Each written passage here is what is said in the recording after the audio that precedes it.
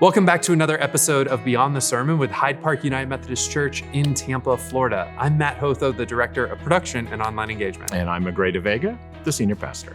So Magrey, I actually didn't think we planned this, but we're kind of a little like muted Christmassy right now. Yeah, how about that? If you're watching on YouTube. That's right. Ho, ho, Hotho. Especially in front of, this is my first Beyond the Sermon with this great new set that you and the team put together. I just love it. I think it's wonderful. So this looks very festive. Yes, it does. It does. And totally unplanned, by the way. And if you're on podcast, I'm just wearing a muted green and Magrey is wearing like kind of a muted red. We're just kind of a little muted Christmas. I look like a giant elf. Yes. A Philippine. What are we talking about?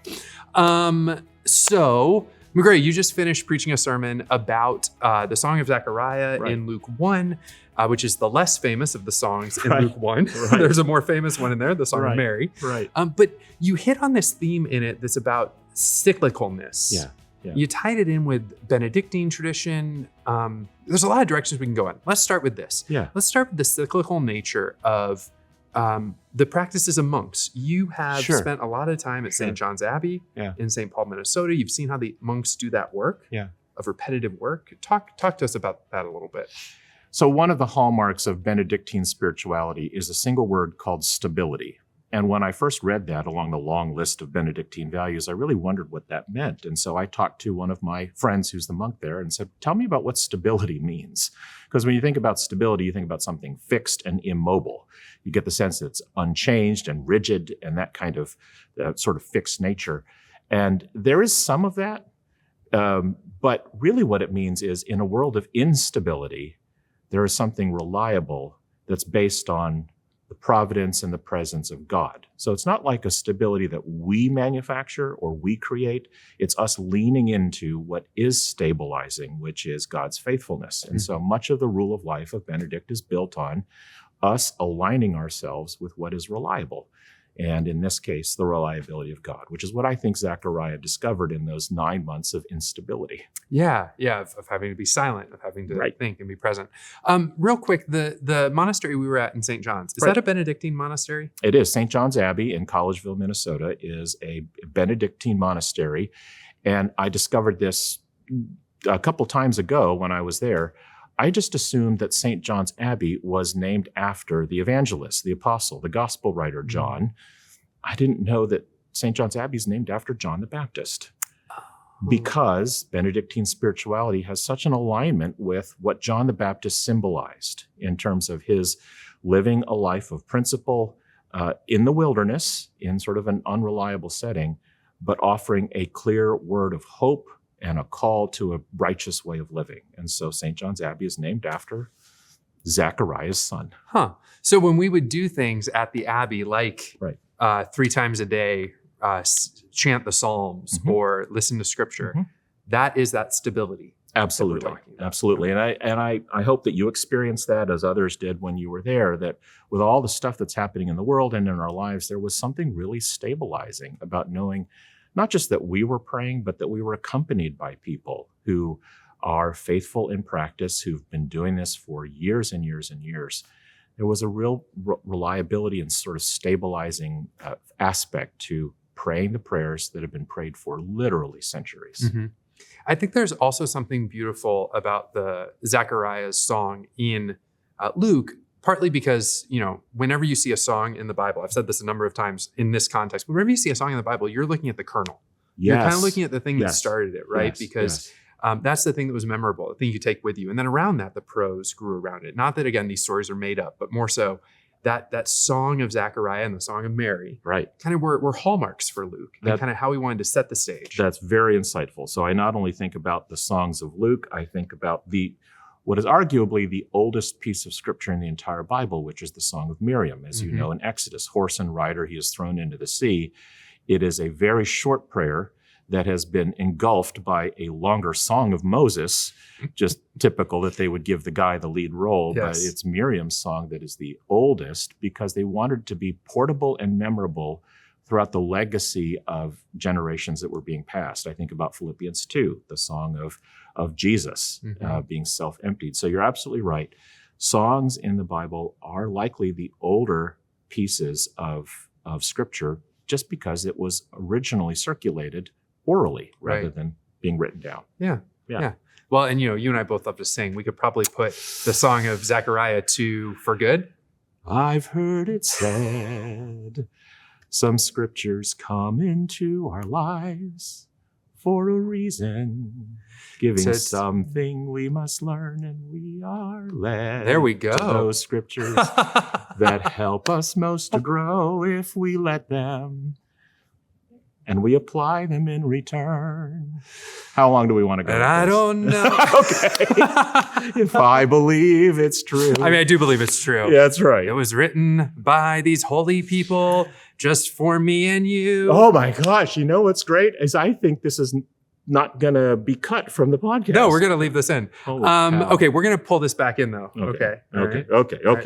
We're like spinning out. The circle thing is good until you kind of start. Luke did this to us, really. I mean, really, his whole gospel is just a big Broadway musical. So we'll blame the gospel writer on this. I will run that by Luke Timothy Johnson see what he thinks on that idea. Please do. Here's how we're going to pull this back in though. So two things I want you to do as the listener of this, whether you're watching online or listening on the podcast, is two things we think you could look up this week that might help you go deeper in this content. Yeah. One is there's this not ancient song, but kind of this song, this chant that was sort of created around Mary's song called the Canticle of the Turning. Mm-hmm. You can find it. It kind of takes Mary's song, kind of puts it to this Irish sort of tune, but it helps you, because these are songs, kind of embed it within yourself. My heart will sing of the day you bring, let the fires of your justice burn. Nice. Because the world is about to turn. Mm-hmm. And I think sometimes we feel that around this Christmas time, right? That hope, this idea that maybe today the world could be different.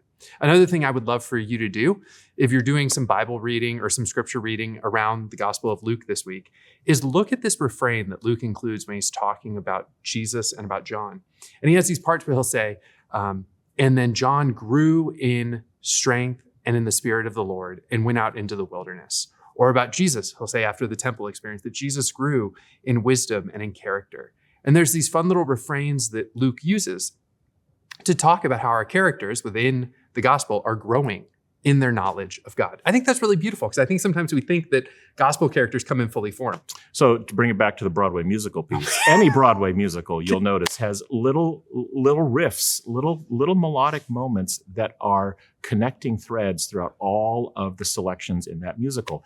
And so to Matt's point, Luke, being a composer in some way, ties in all of these beautiful songs with the similar kinds of riffs. So just as what you said, the way he ends the Song of Zechariah and the way he ends Luke 2 have the same connecting threads. And it would be interesting, I can't do this off the top of my head, but see if that similar connecting thread goes to the book of Acts as well, when you're talking about not just the birth of John and the birth of Jesus, but the birth of the church.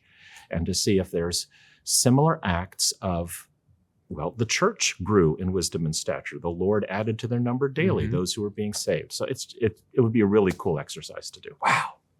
This is fun. We're leaving all this in, guys. This is good stuff. Hey, we're going to kind of finish with one last little reflection. And that's that Magrey and I both kind of do fitnessy stuff. Oh. And so Magrey, you had a really interesting sort of fitnessy thing that you knew about that kind of connects with the cyclicality. Yeah, it's a word. It is now. So this is a piece that got cut from the sermon due to length, but I came across this really fascinating race, this running race in England that's 47 miles long. Now, when you think about a 47-mile long race, you probably think of it linearly. There's a start line and a finish line, and the two are 47 miles apart, or at least in a big giant circle. This race, however, is a much shorter course where for 47 miles, they just run this short course in loops. The fascinating idea about that is that regardless of how fast a runner is running, a person who is running slow will at times be running right next to a person who's running fast. And they will be not on an individual race, but they'll get the sense that they're running as community. So all of them are running the same loop, the same pattern, and they're not thinking about it in terms of past, present, future. The part of the race I've left behind and the part that's still to come, which could be exhausting when you think about it in that span of 47 miles. Instead, I'm just running the same cycle. And I happen to be accompanied by people of various abilities, various skills, various ages. And I like to think about that as sort of a stabilizing aspect of life. We're all on this cyclical course of life. And we're surrounded by people of various life stages and abilities and perspectives, and we're all on this race together. I just find that to be an appropriate metaphor for what we've talked about here, but also sort of an encouraging aspect of how to live our lives. I think that's really beautiful. And I think that hits on a theme that we talk about often and beyond the sermon, often in your sermons too, which is this idea of being present. Yeah. Being rooted in spiritual practices as an act of resilience. Right. Because when you do, and we can translate this to fitnessy stuff, when you do the exercises and when you do the runs that you are just supposed to do, then the things that you want to do that are a bit bigger or a bit more challenging, they can happen because of that daily work that you've put in, whether it's exercise, diet, sleeping right, all those things. And I realize we're getting away from spirituality, but I'm going to pull it back in real quick. It's all related. It's all related. And the fact that when we do spiritual disciplines, they build us in resiliency for the things that are going to come in life that are going to require us to be spiritually resilient. It all bleeds together. Beautifully said. I can't say it better than that. All right, awesome. Well, then on that note, we'll wrap up this rather circuitous, but also interesting episode of Beyond the Sermon. We're so glad you guys stick with us for these. If you find these helpful, or you think there's someone you know who would love to hear two guys just talk about faith and their nerdiness and Broadway musicals and riff about new ways to understand the Gospel of Luke, send this to a fellow nerd in your life. Send this to a Broadway musical fan in your life. Send this to someone who just needs to hear a new life-giving way to think about faith and spiritual resiliency. We will be back next week with another episode of Beyond the Sermon. Till then, I'm Matt Hotho. And I'm Magrey de Vega. And because we knew you, we have been changed for good.